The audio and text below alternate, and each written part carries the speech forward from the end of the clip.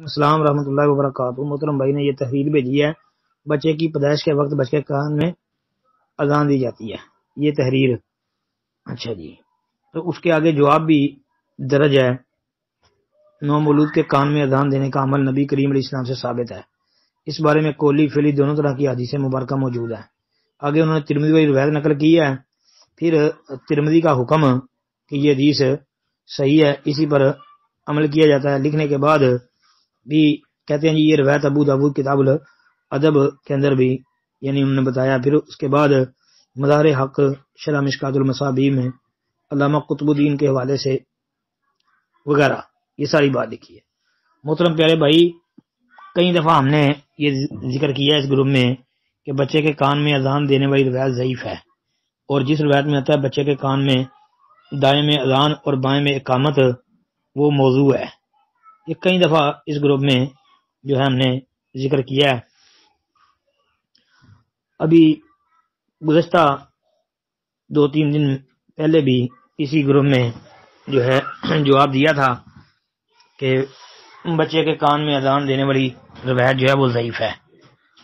یہ جو روایت ترمذی میں آپ نے ترمذی کے حوالے سے لکھی ہے نا بھائی، یہ روایت ثابت نہیں ہے۔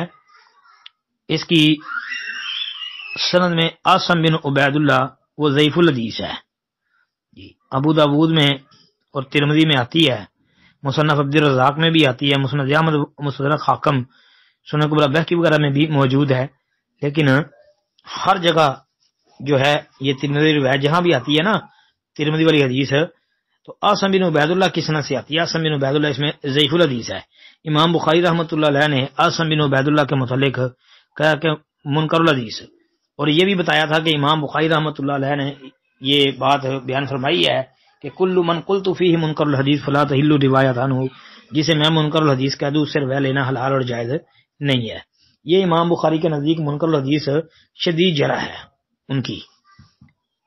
اس کے علاوہ تلخیص الحبیر میں حافظ ابن حجر اسقلانی رحمۃ اللہ علیہ کا حوالہ بھی میں نے عرض کیا تھا کہ حافظ صاحب رحمۃ اللہ علیہ نے کہا ہے کہ یہ حدیث کا دار و مدار عاصم بن عبید اللہ پر ہے اور وہ ضعیف ہے جی۔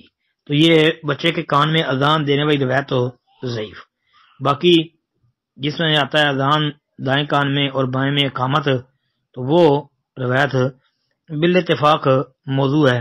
مسند ابی اعلیٰ میں 6780 اور ابن سنی عامل الیوم واللیلہ 623 نمبر پر آتی ہے۔ السلام علیکم ورحمۃ اللہ وبرکاتہ۔